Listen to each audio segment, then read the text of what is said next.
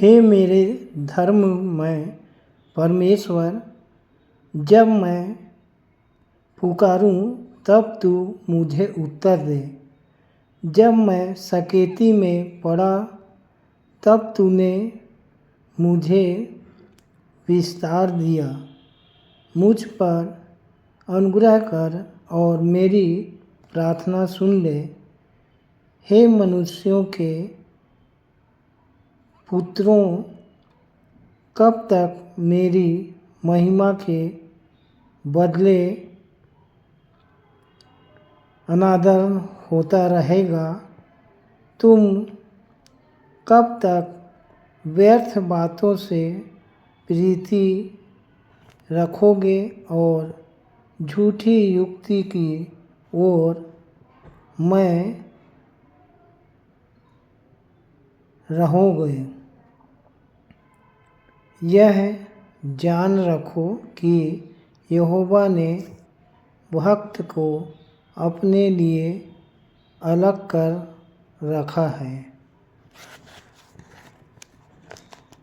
जब मैं यहोवा को पुकारूंगा तब वह सुन लेगा।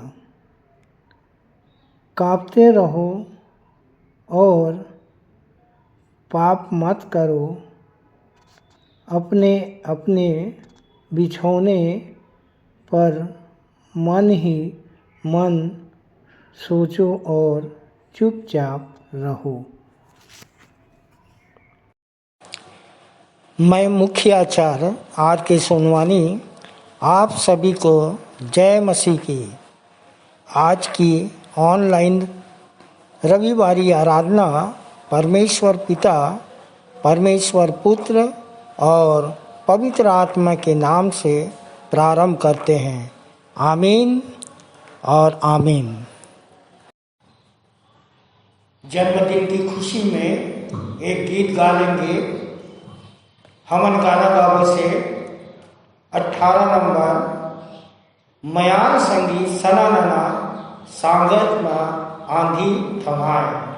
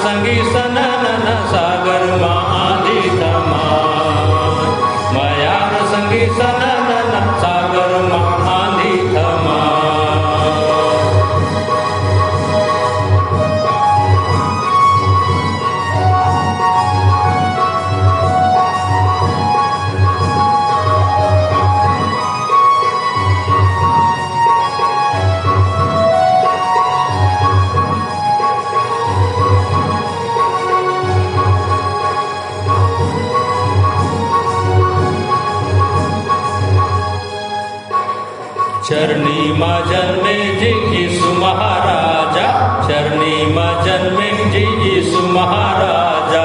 दर्शन के करो उपाय, अरे दर्शन के करो उपाय, अरे दर्शन के करो उपाय। मयार संगी सनानन सागर महादि अमाय, मयार संगी सनानन सागर महादि अमाय, मयार संगी सनानन सागर महादि अमाय, मयार संगी सनानन सागर महादि अमाय, मयार संगी सनानन सागर महादि अमाय।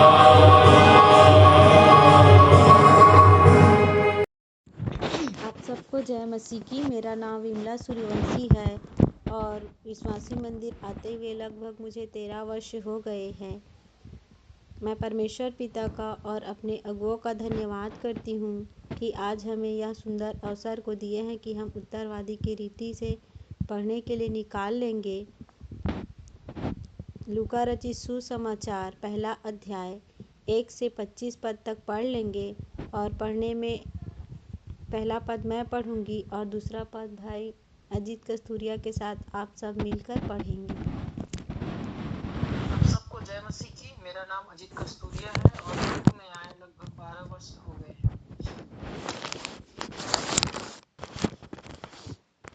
बहुतों ने उन बातों का जो हमारे बीच में बीती है इतिहास लिखने में हाथ लगाया है, जैसा कि उन्होंने जो पहले ही से उन बातों के देखने वाले और वचन के सेवक थे हम तक पहुंचाया।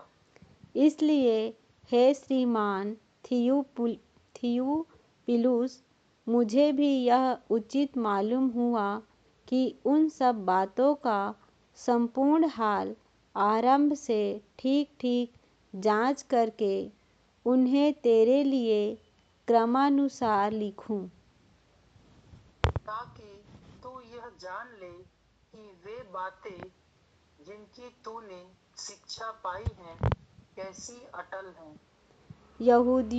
यहूदिया के राजा हेरोदेस के समय अबियाह के दल में जकरयाह नाम का एक याजक था और उसकी पत्नी हारून के वंश की थी जिसका नाम इलीशिबा था। वे दोनों परमेश्वर के सामने धर्मी थे और प्रभु की सारी आज्ञाओं और विधियों पर निर्दोष चलने वाले थे। उनके कोई भी संतान न थी क्योंकि इलीशिबा बांझ थी और वे दोनों बूढ़े थे। जब वह अपने दल की पारी पर परमेश्वर के सामने याजक का काम करता था, तो याजकों की रीति के अनुसार उनके नाम पर चिट्ठी निकली कि प्रभु के मंदिर में जाकर धूप जलाए। धूप जलाने के समय लोगों की सारी मंडली बाहर प्रार्थना कर रही थी। उस समय प्रभु का एक स्वर्गदूत धूप की वेदी की दाहिनी ओर खड़ा हुआ उसको दिखाई दिया। जकरयाह देखकर घबराया और उस पर बड़ा भय छा गया। परंतु स्वर्गदूत ने उससे कहा, हे जकरयाह, भयभीत न हो, क्योंकि तेरी प्रार्थना सुन ली गई है और तेरी पत्नी इलीशिबा से तेरे लिए एक पुत्र उत्पन्न होगा और तू उसका नाम यूहन्ना रखना। तुझे आनंद और हर्ष होगा और बहुत लोग उसके जन्म के कारण आनंदित होंगे, क्योंकि वह प्रभु के सामने महान होगा और दाखरस और मदिरा कभी न पिएगा और अपनी माता के गर्भ ही से पवित्र आत्मा से परिपूर्ण हो जाएगा। और इस्राएलियों में से बहुतेरों को उनके प्रभु परमेश्वर की ओर फेरेगा। वह एलिय्याह की आत्मा और सामर्थ में होकर उसके आगे आगे चलेगा कि पितरों का मन बाल बच्चों की ओर फेर दे और आज्ञा न मानने वालों को धर्मियों की समझ पर लाए और प्रभु के लिए एक योग्य प्रजा तैयार करे। जकरयाह ने स्वर्गदूत से पूछा, यह मैं कैसे जानूं, क्योंकि मैं तो बूढ़ा हूँ और मेरी पत्नी भी बूढ़ी हो गई है। स्वर्गदूत ने उसको उत्तर दिया, मैं जिब्राइल हूँ जो परमेश्वर के सामने खड़ा रहता हूँ और मैं तुझसे बातें करने और तुझे यह सुसमाचार सुनाने को भेजा गया हूँ। देख, जिस दिन तक ये बातें पूरी न हो ले, उस दिन तक तू मौन रहेगा और बोल न सकेगा, इसलिए कि तूने मेरी बातों की जो अपने समय पर पूरी होगी प्रतीति न की। लोग जकरयाह की बाट देखते रहे और अचंभा करने लगे कि उसे मंदिर में इतनी देर क्यों लगी। जब वह बाहर आया तो उनसे बोल न सका, अतः वे जान गए कि उसने मंदिर में कोई दर्शन पाया है, और वह उनसे संकेत करता रहा और गूंगा रह गया। जब उसकी सेवा के दिन पूरे हुए तो वह अपने घर चला गया। इन दिनों के बाद उसकी पत्नी एलीशिबा गर्भवती हुई और 5 महीने तक अपने आप को यह कह के छिपाए रखा। आइए हम अंतिम वचन एक साथ पढ़ लेंगे। मनुष्यों में मेरा अपमान दूर करने के लिए प्रभु ने इन दिनों में कृपा दृष्टि करके मेरे लिए ऐसा क्या किया है। परमेश्वर इस वचन के पढ़े और सुने जाने के द्वारा हम सबको आशीष दे। आमीन। आप सबको जय मसीह की। आइए हम विश्वास वचन बोलें। मैं सर्वशक्तिमान पिता पर स्वर्ग और पृथ्वी के सृजनहार परमेश्वर पर विश्वास रखता हूँ। मैं उसके एकलौते पुत्र हमारे प्रभु यीशु मसीह पर, जो पवित्र आत्मा के सामर्थ के द्वारा कुमारी मरियम से जन्मा, जिसने पोंतियुस पिलातुस के राज्य में दुख उठाया, जो क्रूस पर टांगा गया और मारा गया, जो गाड़ा गया और अदृश्य लोक में पहुंचा, और तीसरे दिन मृतकों में से फिर जी उठा, जो स्वर्ग पर चला गया और सर्वशक्तिमान पिता परमेश्वर के दाहिने हाथ विराजमान है, और जीवितों और मृतकों का न्याय करने फिर आने वाला है।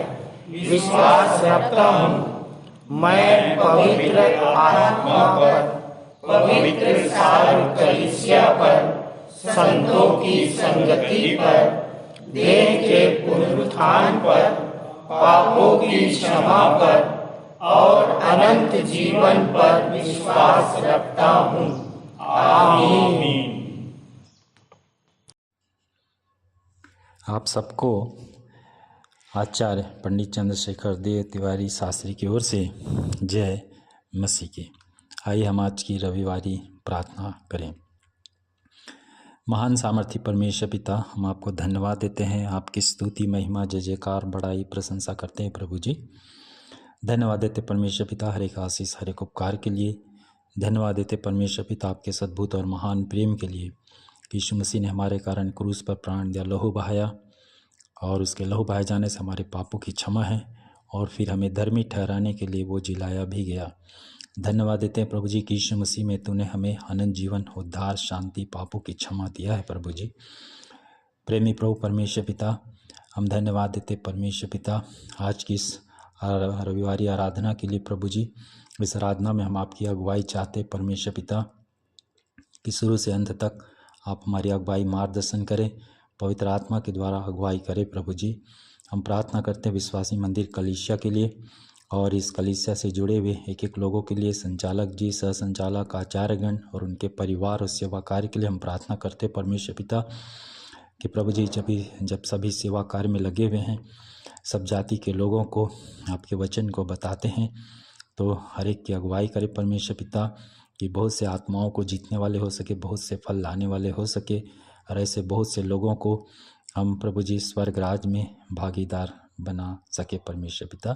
हम प्रार्थना करते प्रभु जी मसीह समाज के अगुवे हैं, पास्टर हैं, बिशप हैं, मसीह संस्थाएं हैं जो प्रचार करते हैं, कठिन परिस्थितियों में सेवा कार्य करते हैं, उन सब के लिए हम प्रार्थना करते हैं उन्हें भी बहुतायत की आशीष प्रदान करे परमेश्वर पिता। प्रेमी प्रभु परमेश्वर पिता, हम प्रार्थना करते हैं प्रभु जी वचन की संगति के लिए, संदेश, गीत, कविता जो भी हमारे सम्मुख रखे जाते हैं उन सब पर भी तेरी आशीष हो परमेश्वर पिता। महान सामर्थी प्रभु जी, कुछ एक लोग पहली बार आए हैं और बड़ी आशा से आते हैं, उनके जीवन में उद्धार, आशीष, चंगाई, छुटकारा, पापों की क्षमा उनके मिल सके परमेश्वर पिता। महान सामर्थी प्रभु, पिछले दिनों जो भी घटनाएं हुई, हम प्रभु जी उन सब बातों के लिए भी धन्यवाद देते परमेश्वर पिता कि विश्वासी के लिए सब बातें मिलकर भलाई को उत्पन्न करती है।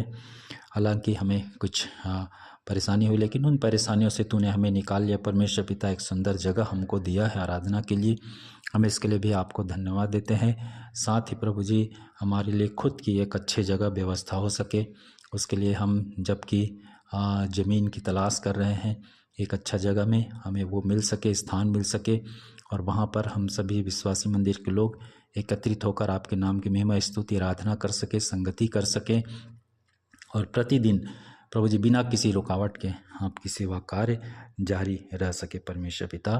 हम अपनी कलीसिया के लिए प्रार्थना करते हैं, इन्हें बहुतायत की आशीष दे, जितने भी छोटे से बड़े तक हैं सबको बहुतायत की आशीष प्रदान करे परमेश्वर पिता। प्रभु भोज की संगति के लिए हम प्रार्थना करते हैं कि प्रभु जी उसके द्वारा हम यीशु मसीह के क्रूस पर बलिदान को हम याद कर सके प्रभु जी, और आपको धन्यवाद देते परमेश्वर पिता कि यीशु मसीह ने जो हमारे लिए किया, जो प्रेम प्रकट किया, उसके लिए धन्यवाद देते हैं। तो प्रभु भोज की रोटी और दाखरस की उस संगति के द्वारा हम आपके बलिदान को याद कर सके। जब हम भेंट चढ़ाते हैं प्रभु जी, उस पर भी आशीष हो परमेश्वर पिता, को इसे आप ग्रहण करें, अपनी सेवा कार्य में इस्तेमाल करें। संडे स्कूल के जो बच्चे हैं, टीचर्स हैं, उनके लिए भी हम प्रार्थना करते हैं और हमारे लोग जगह जगह जाकर आपकी स्तुति आराधना करते, उसमें भी आशीष दे परमेश्वर पिता। साथ ही प्रभु जी जबकि क्रिसमस का महीना है, आने वाले दिनों में हम यीशु मसीह के जन्मोत्सव को मनाते हैं, तो हम सब के दिलों में प्रभु जी वो खुशियाँ हों, हर प्रकार के डर, भय, निराशा हमारे जीवन से दूर हो और प्रभु जी उस क्रिसमस की खुशी को हम बड़े आनंद के साथ मना सके, क्योंकि तो हम सब के अंदर में जन्म लिया है। यीशु मसीह हमारे अंदर में रहता है, पवित्र आत्मा हमारे अंदर में है, हम इसके लिए धन्यवाद देते हैं। हम अपने देश के लिए हम प्रार्थना करते हैं प्रभु जी, हमारे देश के जो अगुवे हैं उनको हमारे देश के संचालन में उनकी अगुवाई करें। राज्य के जो अगुवे हैं, जिला के अगुवे हैं, प्रशासनिक अधिकारी हैं, सब के लिए हम प्रार्थना करते हैं। हर एक को आशीष दे, हमारा देश उन्नति करे, संपन्न हो और पूरा कलीसिया संपन्न हो प्रभु जी। हर एक के पास किसी चीज़ की कोई कमी ना हो, सभी लोग स्वस्थ और भला चंगा रहे, किसी चीज़ की कमी किसी के जीवन में ना हो परमेश्वर पिता। हम प्रार्थना करते हैं प्रभु जी डिसाइपल ऑफ क्राइस्ट चर्च इस कलीसिया के लिए प्रार्थना करते हैं कि कलीसिया भी उन्नति करते जाए। आशीष दे परमेश्वर पिता कि जबकि हम यहाँ पर इकट्ठा होकर तेरी आराधना स्तुति करते हैं, हम आपको धन्यवाद देते हैं। वर्तमान में जो समस्याएं हैं उन समस्याओं के लिए हम प्रार्थना करते हैं कि एक देश में युद्ध चल रहा है प्रभु जी, वो युद्ध प्रभु जी बंद हो और वहाँ पर शांति हो, यीशु मसीह की शांति हो परमेश्वर पिता, कि सभी मेल मिलाप के साथ रह सके और आपके वचन, आपके संदेश को लोगों तक फैलाने वाले हो सके। इन दिनों जबकि ठंडी का मौसम है, सभी लोगों का स्वास्थ्य इस ठंड के समय में प्रभु जी अच्छा रहे, किसी भी प्रकार के उनके जीवन में परेशानी न हो प्रभु जी। सभी लोग स्वस्थ रहे, भला चंगा रहे, सभी लोग यीशु के लहू की सामर्थ्य के द्वारा यीशु मसीह के नाम में स्वस्थ भला चंगा रहे, आशीषित रहे परमेश्वर पिता। प्रभु जी हम सब बातों के लिए धन्यवाद देते हैं। इस कलीसिया से जुड़े हुए एक एक लोगों के लिए हम प्रार्थना करते हैं, सबको आपके हाथों में सौंपते हुए धन्यवाद के साथ ये प्रार्थना निवेदन स्तुति यीशु मसीह के मधुर और मीठे नाम में एक मन एक चित्त होकर करते हैं। आमीन आमीन। प्रभु भोज संचालन सह संचालिका डॉक्टर अल्पना राम जी के द्वारा। आप सबको जय मसीह की। ये प्रभु भोज का समय है जो हमारी आराधना का एक बहुत ही महत्वपूर्ण एवं गंभीर भाग है। प्रियो, भोजन हमारी भूख का इलाज कर सकता है, पानी हमारी प्यास का इलाज कर सकता है, दवाइयाँ हमारी बीमारी का इलाज कर सकती हैं, चश्मा हमारी दृष्टि का इलाज कर सकता है। दुनिया में हर चीज़ के लिए थेरापी है। थेरापी का मतलब इलाज। दुनिया में हर चीज़ के लिए थेरापी है, पर मनुष्य पापी है। पाप का इलाज केवल यीशु का लहू और मांस है, जिसे हम रोटी और दाखरस के रूप में लेते हैं। इससे बड़ा कोई बलिदान नहीं और इससे शुद्ध कोई वस्तु नहीं। यीशु ने कहा, मेरा मांस वास्तव में खाने की वस्तु है, मेरा लहू वास्तव में पीने की वस्तु है। पर यदि हम इसे अनुचित तरीके से लेते हैं, बिना अपने आप को जांचे परखे, तो अपने ऊपर दंड लाते हैं। एक वचन मैं पढ़ना चाहूँगी, इब्रानियों 10 उसका 28 और 29। इसमें लिखा है, जब मूसा की व्यवस्था का ना मानने वाला 2 या 3 जनों की गवाही पर बिना दया के मार डाला जाता है, तो सोच लो कि वह कितने और भी भारी दंड के योग्य ठहरेगा, जिसने परमेश्वर के पुत्र को पाँव से रौंदा और वाचा के लहू को, जिसके द्वारा वह पवित्र ठहराया गया था, अपवित्र जाना है और अनुग्रह के आत्मा का अपमान किया। सो प्रियो, हम अनुग्रह के आत्मा को शोकित न करें, अपने आप को जांच परख कर इसको ग्रहण करें। प्रभु अपने छोटे वचन पर आशीष दे। आमीन। आइए अपनी अपनी भेंटों एवं धन्यवादी भेंटों को देने के द्वारा परमेश्वर की महिमा करेंगे और इस समय हम गीत गा लेंगे। स्तुति के गीत से 26 नंबर, अब आओ विश्वासियों। तत्पश्चात भेंट की प्रार्थना करने में अगुवाई करेंगी कुमारी आचार्य कुमारी प्रतिभा शेष।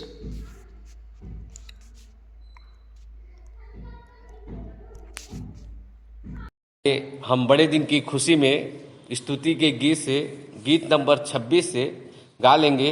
आओ अब आओ विश्वासियों, जय जय करते आओ, अब आओ हम चले बैतलहम की ओर।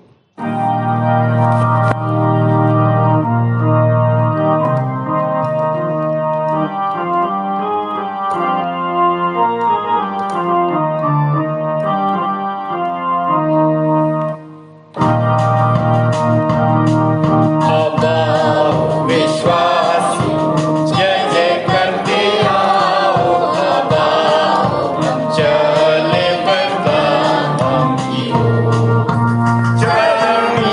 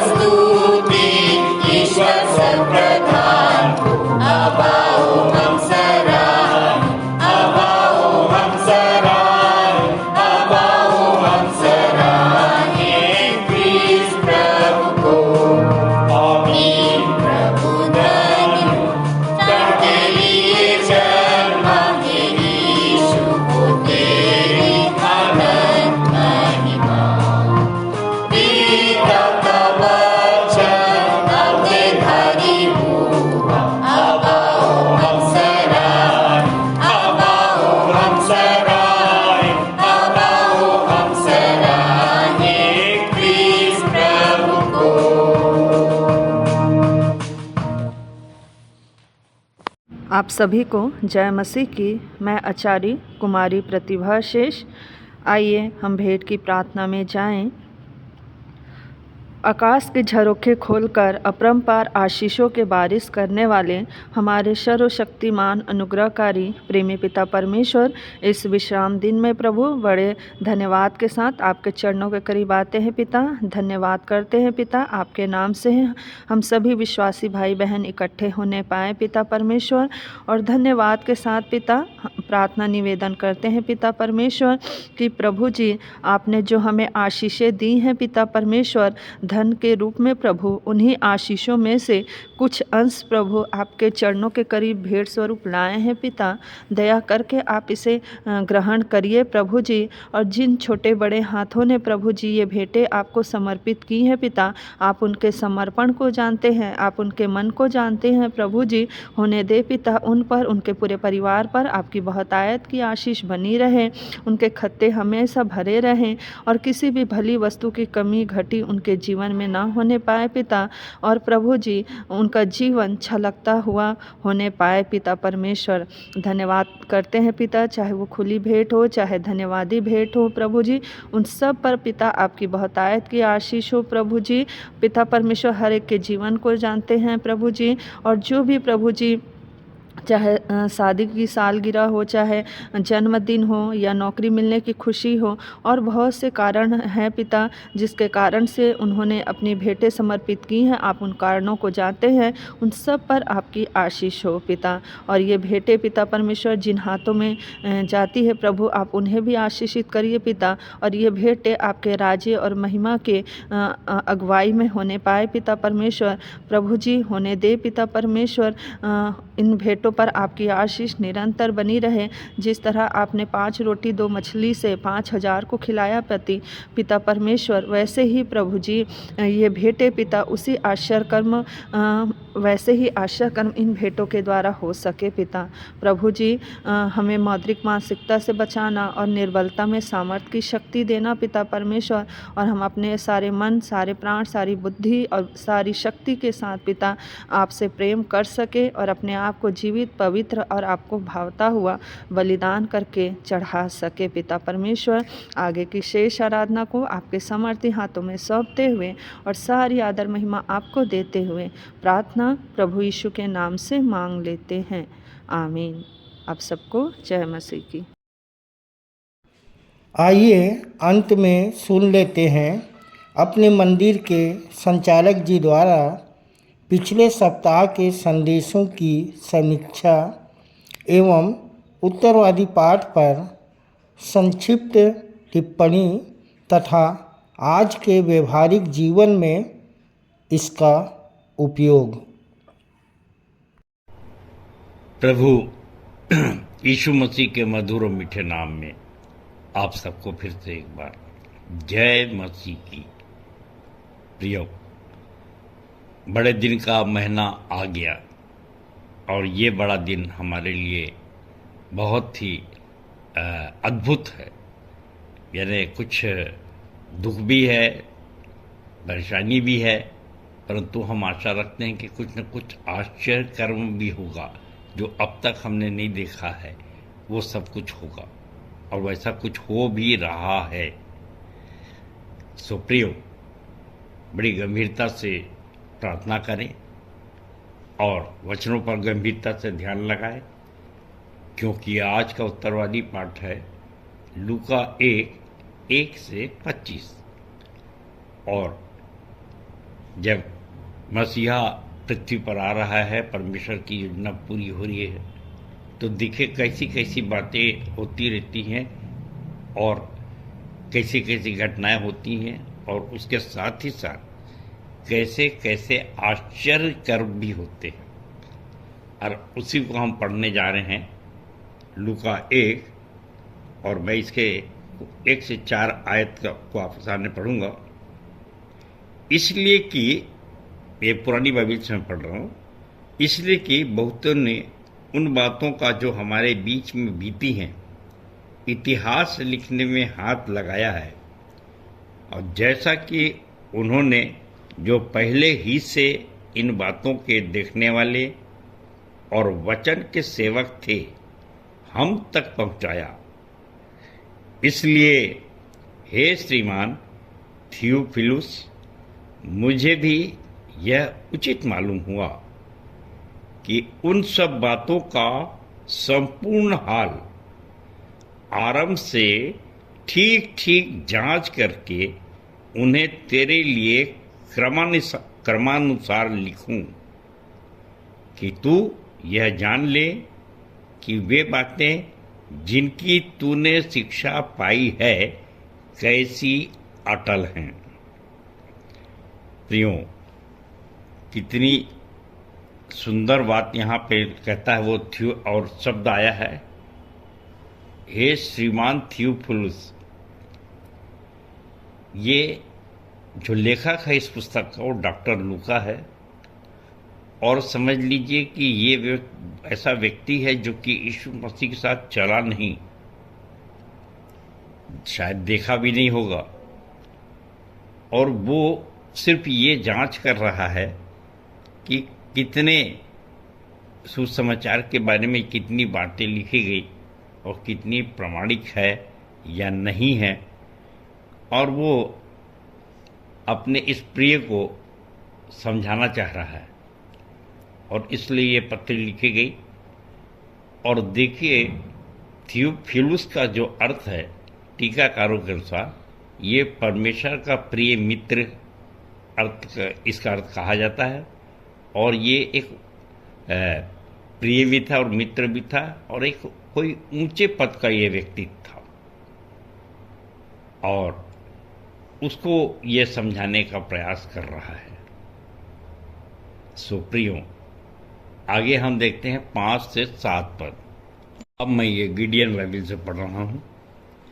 यहूदियों के राजा हेरोदेश के राज्यकाल में जकरिया नाम का एक याजक था, जो अबिया के दल का था। उसकी पत्नी का नाम इलिशबा था, जो हारून के वंश की थी। वे दोनों परमेश्वर की दृष्टि में धर्मी थे। उनका आचरण प्रभु की सारी आज्ञाओं और विधियों के अनुसार निर्दोष था। उनकी कोई संतान न थी, क्योंकि इलिशबा बांझ थी और दोनों बूढ़े हो गए थे। आगे की घटना में 8 और 9 पद में ऐसा लिखा है, और ऐसा हुआ कि जब वह अपने दल की बारी आने पर परमेश्वर के सम्मुख याजक का कार्य कर रहा था, तो याजकों की रीति के अनुसार वह चिट्ठी डालकर चुन लिया गया कि प्रभु के मंदिर में प्रवेश करके धूप जलाए। धूप जलाने के समय पूरा जनसमूह बाह्य प्रार्थना कर रहा था, और उसे धूप की वेदी की दाहिनी ओर प्रभु का एक दूत खड़ा दिखाई दिया। उसे देखकर जकरिया घबरा गया और भय ने उसे जकड़ लिया। पर सरदूत ने उससे कहा, हे जकरिया, भयभीत न हो, क्योंकि तेरी प्रार्थना सुन ली गई है। तेरी पत्नी इलिशबा से तेरे लिए एक पुत्र उत्पन्न होगा, तू उसका नाम यूहन्ना रखना। अब यहां से हमारा असली संदेश प्रारंभ होता है, और हम उस जगह में आते हैं जहां पर कि ये लिखा है कि जकरिया के नाम पे चिट्ठी निकली। मतलब उस जमाने में भी चिट्ठी डाली जाती थी, और जिसका नाम आता था वो धूप जलाता था। और पिछली बार भी मैंने कहा था कि योना के समय में एक साथ योना के लिए भी चिट्ठी निकाली गई, और नीति वचन 16:33 का संदर्भ दिया था कि चिट्ठी डाली तो जाती है, परंतु उसका निकलना प्रभु की ओर से होता है। और प्रेरितों के काम 1:26 में मत्तियाह के लिए चिट्ठी डाली गई, क्योंकि यहूदा इस्करियोती खत्म हो गया था, उसकी जगह में चेला चुनना था, और मत्तियाह के नाम पे चिट्ठी निकली। और आज फिर प्रश्न है ये लूका 1:8-9 में कि जकरिया के नाम पर चिट्ठी निकली। और आज हमारे सामने प्रश्न है कि क्या आज हम भी चिट्ठी डालें और उसमें से जो कुछ आए उसके अनुसार आचरण करें, और ऐसा ठीक है तो फिर दिन में कितनी बार। और ये जो है ये प्रश्न इस प्रश्न को मैं प्रश्न बना रहने देना चाहता हूँ, और इसका उत्तर मैं बहन से डॉक्टर सविता पाईवाल से और डॉक्टर अल्पना राम से चाहूँगा कि वे आने वाली बुधवारी मीटिंग में, और मैंने बेटी मल्लिका को कहा भी है कि इस पर वे संदेश तैयार करें और इस प्रश्न का उत्तर ढूंढें। ये तो क्रिसमस का समय है और इसलिए हम ज़्यादातर प्रभु के जन्म के विषय में चर्चा करते रहेंगे, मनाएंगे, परंतु जनवरी माह में इस पर हम बहुत गंभीरता से विचार करेंगे, क्योंकि ये एक बहुत ही गंभीर प्रश्न है और विचारणीय विषय है। और प्रश्न ये है कि क्या हम भी चिट्ठी डालें, और तो दिन में, और अगर डालें हाँ है तो दिन में कितनी बार। चलिए आगे बढ़ते हैं 13वें पद में। यहाँ पर सरदूत ने जकरिया से कहा, भयभीत न हो, क्योंकि तेरी प्रार्थना सुन ली गई है। तेरी पत्नी इलिशबा से तेरे लिए एक पुत्र उत्पन्न होगा और तू उसका नाम यूहन्ना रखना। और पियो, मैं सोचने लग गया कि क्या जकरिया बुढ़ापे में भी प्रार्थना कर रहा था, औलाद मांग रहा था। कभी कभी सारे जब चांसेस ख़त्म हो जाते हैं, आशाएं ख़त्म हो जाती हैं, तो हम निराश करते हैं, मानना छोड़ देते हैं कि अब तो असंभव है, अब क्या देगा। लेकिन जब असंभव होता है तभी संभव परमेश्वर बनाता है। मैं सोचता हूँ ऐसा करने से उसको भी बड़ा मज़ा आता है, क्योंकि वो भी चाहता है कि हम उसको अद्भुत युक्ति करता माने। और ये हमारे लिए भी आशा है। आज के समय में जबकि मंदिर बंद हो गया है, चारों तरफ से सारी संभावनाएं खत्म हो जाती हैं, कोर्ट कचहरी, अप्रोच, फिर क्या हम आशा रखें। मेरे प्रियो, प्रार्थना करते रहिए, परमेश्वर अद्भुत युक्ति ही करता है और इसलिए वो ये सब बाधाएं लाता है, ताकि मेरे और आपका विश्वास तगड़ा हो सके, बुलंद हो सके, और हम और भी संसार को बता सकें, देखिए आपने कितनी बाधाएं लाई। शैतान को बता सकें कि तूने हमारे सामने रास्ते में समुद्र ला दिया, तो मूसा के लिए ही नहीं, हमारे लिए भी परमेश्वर रास्ता बनाएगा। 15 से 17 पद देखिए। यूहन्ना बपतिस्मा दाता की योग्यताएं बताता है, क्योंकि प्रभु की दृष्टि में वह महान होगा, वह दाखरस और मदिरा नहीं पिएगा और अपनी माता के गर्भ से ही पवित्र आत्मा से परिपूर्ण हो जाएगा। वह इज़राइल की संतानों में से बहुतों को उनके प्रभु परमेश्वर की ओर लौटा ले आएगा, और वह उसके आगे आगे एलिया के आत्मा और सामर्थ में होकर चलेगा कि पिताओं का हृदय बाल बच्चों की ओर फेर दे और आज्ञा न मानने वालों को धर्मियों की समझ में ले आए, जिससे कि वह प्रभु के लिए एक योग्य प्रजा तैयार करे। प्रियो, ये भविष्यवाणी जो थी यशायाह 40 के 3 में भी की गई कि वो एलिया की आत्मा की सामर्थ्य में काम करेगा, और यहाँ पर पहली जो बात है कि वह दाखरस मदिरा कभी न पिएगा। मेरे पियो, मेरे सामने भी ये प्रश्न उठा कि ठीक है भाई, दाखरस तो है, हम भी पीते हैं, पर तुम मदिरा कभी न पिएगा। अब मदिरा हम जानते हैं कि मदिरा शराब को बोलते हैं, और ये दो बातें हैं, मदिरा और दाखरस, ये एक प्रश्न उत्पन्न करती है। मदिरा का इनकार करना अच्छा है, ठीक सा लगता है, परंतु दाखरस का इनकार करना ऐसा क्यों?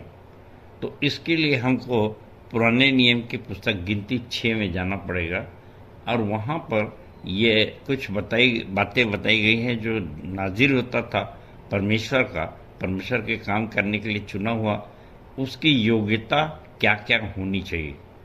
और पहला कि वो दाग की किसी वस्तु का सेवन नहीं करेगा, आप गिनती 6 में देख सकते हैं। और फिर वो बाल ना कटवाएगा। आप समसून के समय जानते हैं कि उसके बाल में उसकी शक्ति थी। और फिर वो मृत व्यक्ति के पास जाकर अपने आप को अशुद्ध नहीं करेगा और सेवा के लिए हमेशा समर्पित रहने की शपथ वो लेगा। तो पुराने नियम की व्यवस्था के अनुसार आपने देखा कि उसको दाखरस और मदिरा पीने की अनुमति नहीं थी। और दूसरा, गर्भ से ही पवित्र आत्मा से वो पूर्ण हो जाएगा। मेरे प्रियो, आज हम लोग के साथ क्या है?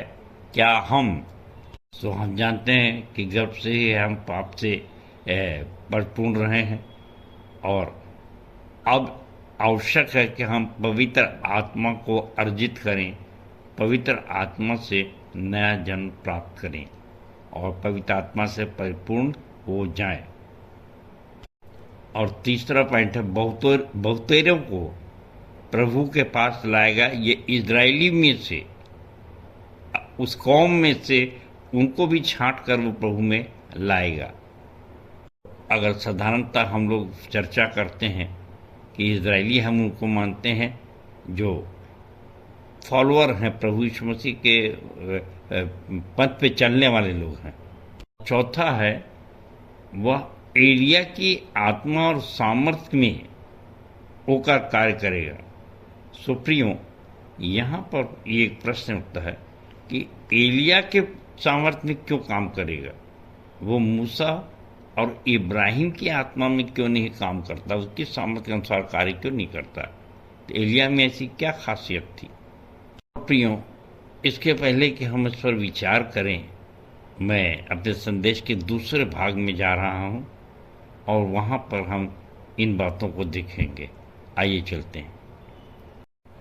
तो ये हम आज के संदेश के दूसरे भाग में हैं और हम लूका 1 से 25 पर मनन कर रहे हैं और अभी हम 15 से 17 पद पर एलिया की योग्यता पर विचार कर रहे हैं और उसके लिए कहा गया, यूहन्ना के लिए वो एलिया की आत्मा के सामर्थ्य में होकर कार्य करेगा।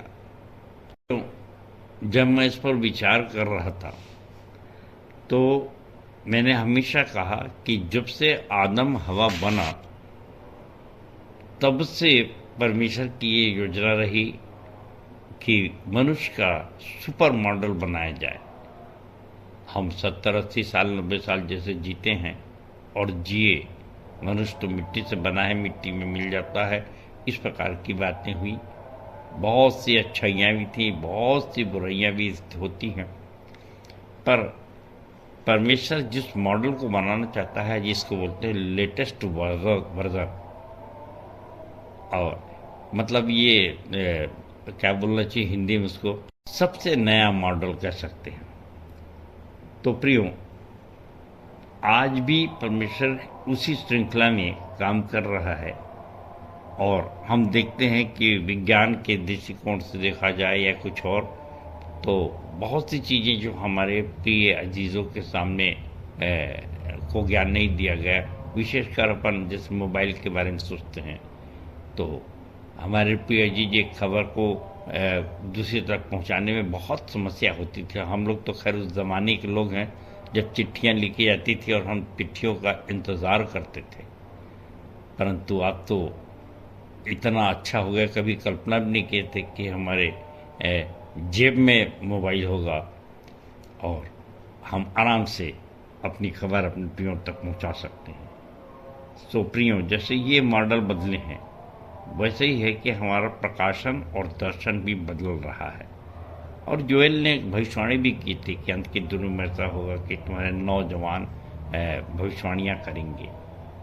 सो ये इन बातों का ध्यान रखें और इसी श्रृंखला में आप देखिए कि क्या क्या खासियत एलिया में थी और क्या क्या नहीं थी।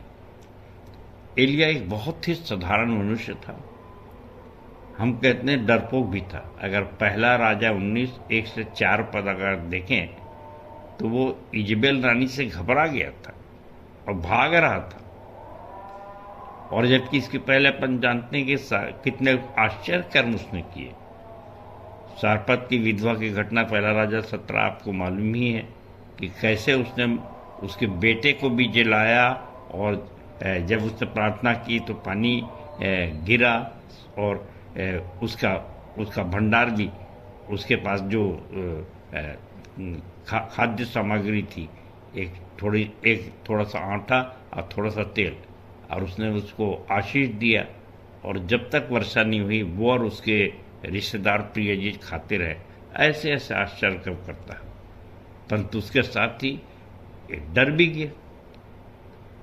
और इसी में पहला राजा 19:14-18 देखें तो वो कहता भी है, डर के मारे भागता है तो कहता है कि मैं ही अकेला बचा हूँ परमेश्वर, अब मैं क्या करूँ यहोवा। और फिर उसके सामने बात रखी गई कि तू अकेला नहीं है, मेरी योजना है, मैंने 7,000 और इजरायली प्रिय अपने बचा करके रखा है, जो तो चिंता मत कर। सो प्रियो, अच्छाई बुराई कमजोरियां ये एक साधारण मनुष्य की पहचान होती है, परंतु परमेश्वर का धन्यवाद हो कि आप सब जानते हैं कि एलिया उठा लिया गया, हनोक उठा लिया गया। और इससे हमको शिक्षा मिलती है कि यदि हम में कोई कमजोरी है तो अपने आप को किसी से कम ना समझें, परमेश्वर के प्रेम पर विश्वास करें और निश्चित रूप से वो हमारे लिए आश्चर्य कर्म करेगा। देखिए, 5वीं विशेषता उसकी ये है कि वो प्रभु के लिए एक योग्य प्रजा तैयार करेगा। प्रियो, कितने आनंद की बात है कि वो शक्ति जो प्राप्त होती है, तो आज इस कार्य को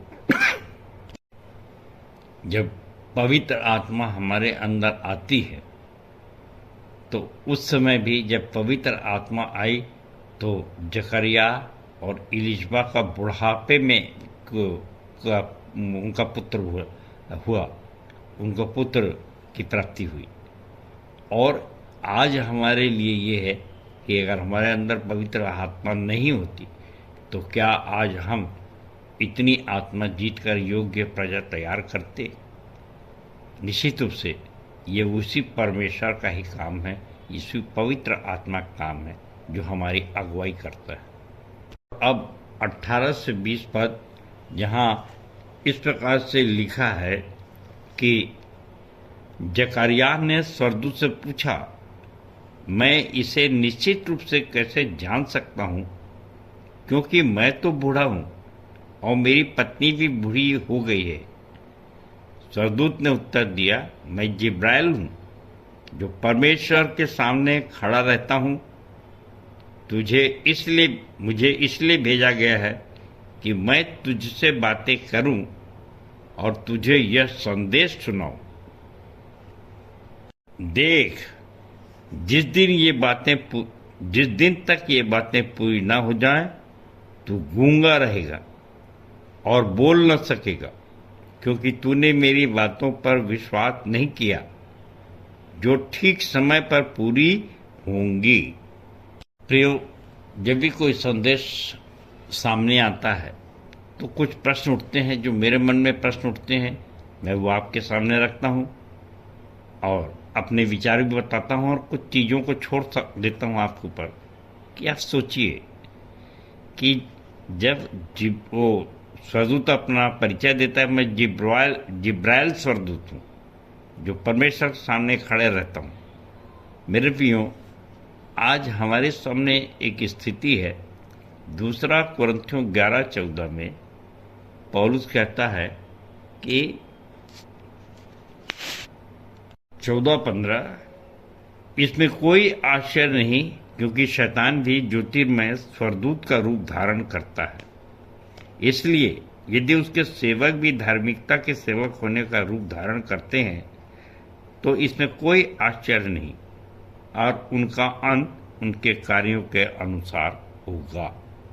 प्रियो, आज हमारे सामने भी ये प्रश्न है जो जकरिया के सामने प्रश्न रहा कि वो कैसे पहचाने कि ये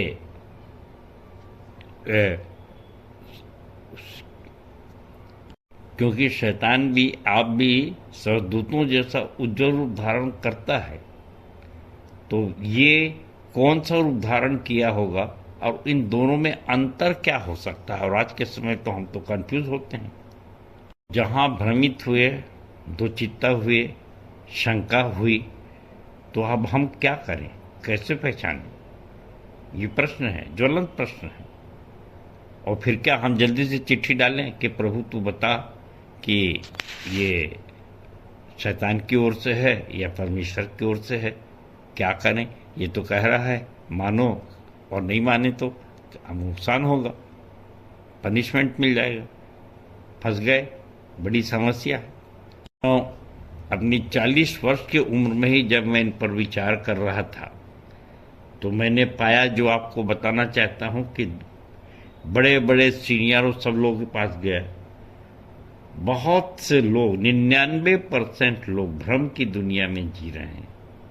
वे प्रकाशन दर्शन को नहीं मानते, नहीं समझते और शंका की दुनिया में जी रहे हैं। और यहाँ पर डाउट है, शंका है। और यही बात थी, मान लो मुझको नौकरी छोड़ना था, मैं भी चिट्ठी डालता, फिर उसके बाद मुझको ऑपरेशन कराना तो भी चिट्ठी डालता।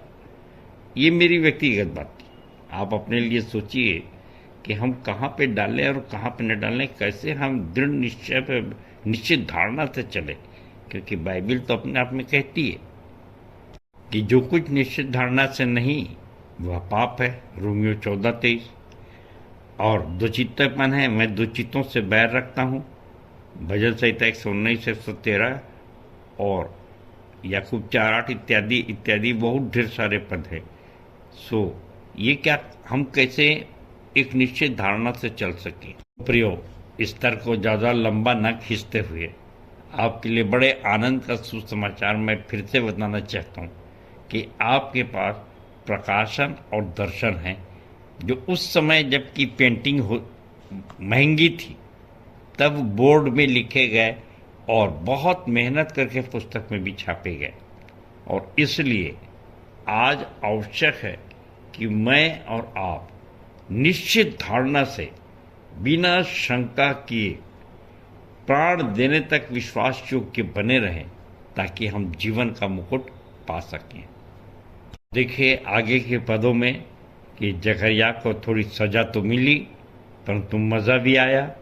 लोगों ने जब वो मंदिर से बाहर निकला तो उसे गूंगा देखकर समझ गए कि इसने कोई न कोई दर्शन देखा है, ये तो धर्मी व्यक्ति है और निश्चित रूप से कुछ अच्छा होने का है। ये इसकी सज़ा नहीं है बल्कि एक चिन्ह है। और फिर 24-25 पद में आखिरी में हम देखते हैं कि इलिशबा गर्भवती हुई और उसने यूहन्ना को जन्म दिया। वही आगे जाके यूहन्ना बपतिस्मा दाता कहलाया। सो प्रियो, आज के संदेश से बड़े आनंद की जो बातें निकलती हैं वो ये है कि हमारे सामने भी कुछ समस्या आती है और थोड़ा सा हमको कभी कभी दुख भी होता है कि अचानक ऐसा कैसा हो गया, ये तो सजा हो गई। परंतु नहीं, एक समय आएगा जबकि परमेश्वर अपने आप को हमारे बीच में प्रकट करेगा और फिर हम जो अभी थोड़े से विश्व गवाही देने में और कुछ जैसे अय्यूब के समय हुआ, जब उसके समय विपत्ति आई तो लोग उसके व्यंग करने लग गए और उसकी बोलती बंद हो गई थी। परंतु एक बात जब उसने बोला तो फिर जब वो सब कुछ उसको मिल गया तो उसने क्या कहा, कफन फाड़ के बोला और कहा, कल तक मैं तेरे विषय में सुनता हूँ परंतु आज देखता हूँ। सो प्रियो, हमारे साथ भी मैं आशा करता हूँ और प्रार्थना करता हूँ और विश्वास करता हूँ कि आप भी इन दर्शनों को और इन प्रकाशनों को बहुत शीघ्र देखेंगे, क्योंकि जिस परमेश्वर को हम मानते हैं उसके लिए लिखा गया है, और मैं गाता भी हूँ कि महापराक्रमी वो मानव है, शांति का जो राजकुंवर है।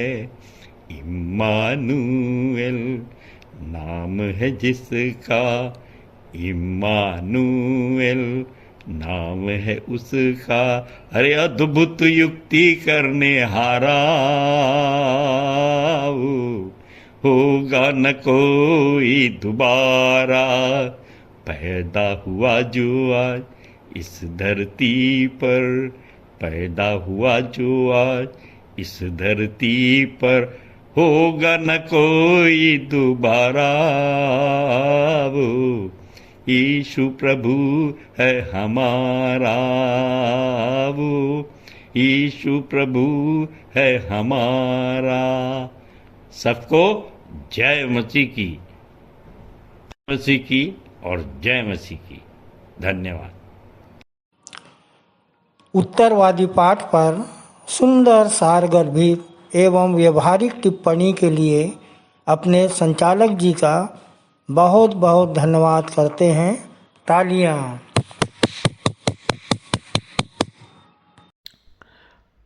आइए अब हम अपनी आराधना के अंतिम भाग में हैं। अंतिम गीत गाएंगे। स्तुति के गीत से 27 नंबर सुनो दूतगण गाते हैं। तत्पश्चात अंतिम प्रार्थना करेंगे। आचार्य कुमारी बबीता सिंह प्रभु की प्रार्थना और सह संचालिका डॉक्टर अल्पना राम जी की आशीष से सभा का समापन करेंगे। धन्यवाद। बड़े दिन की खुशी में आइए हम स्तुति के गीत से गीत गा लेंगे। गीत का नंबर 27 सुनो दूतगण गाते हैं, बालक राजा ख्रीष्ट की जय।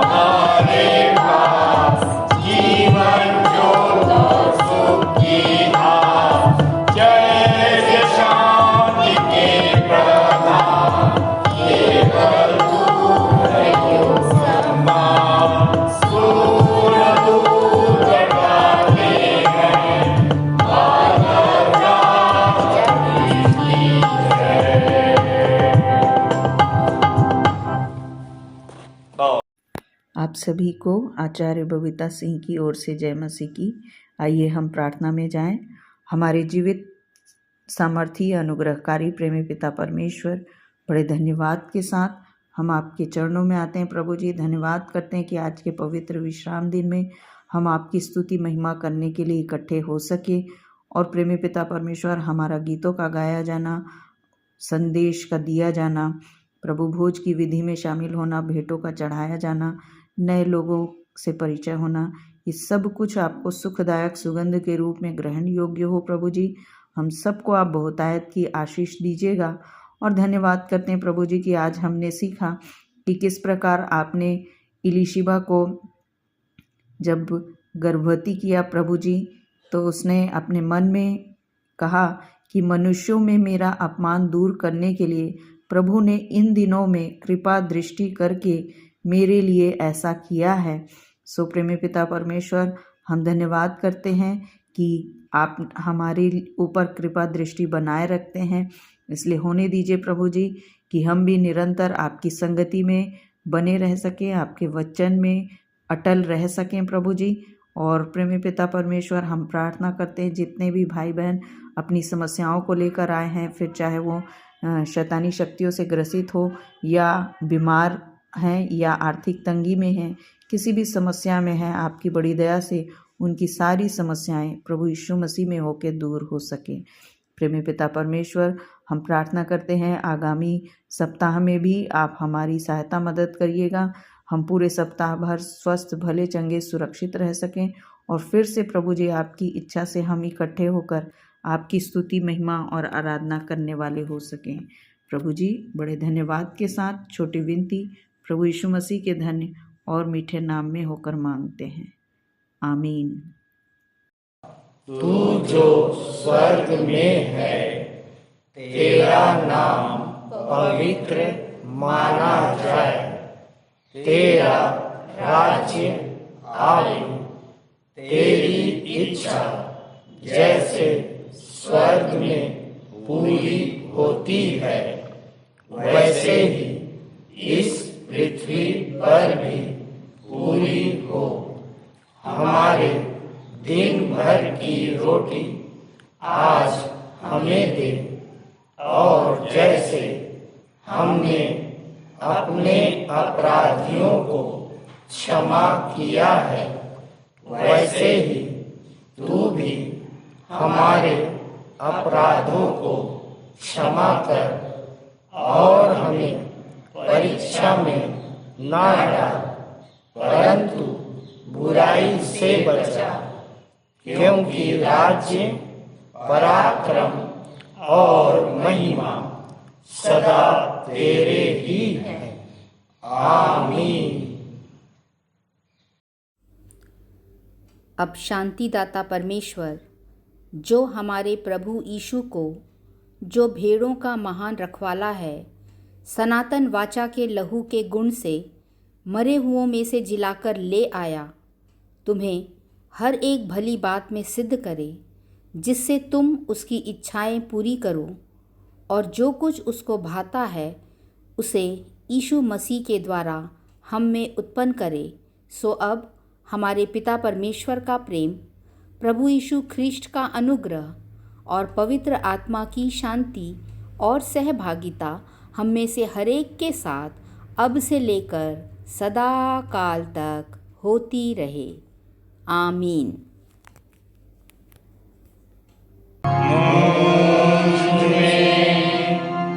यीशु की शोभा दिखाई,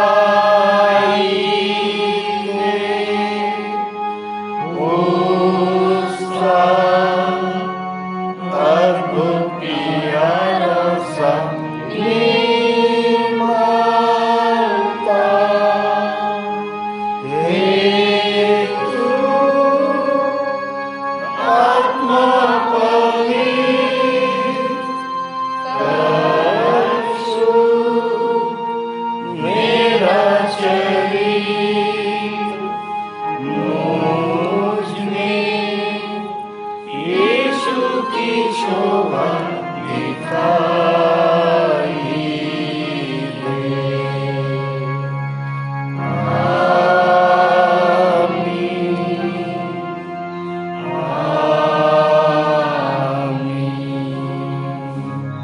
आप सबको जय मसीह की।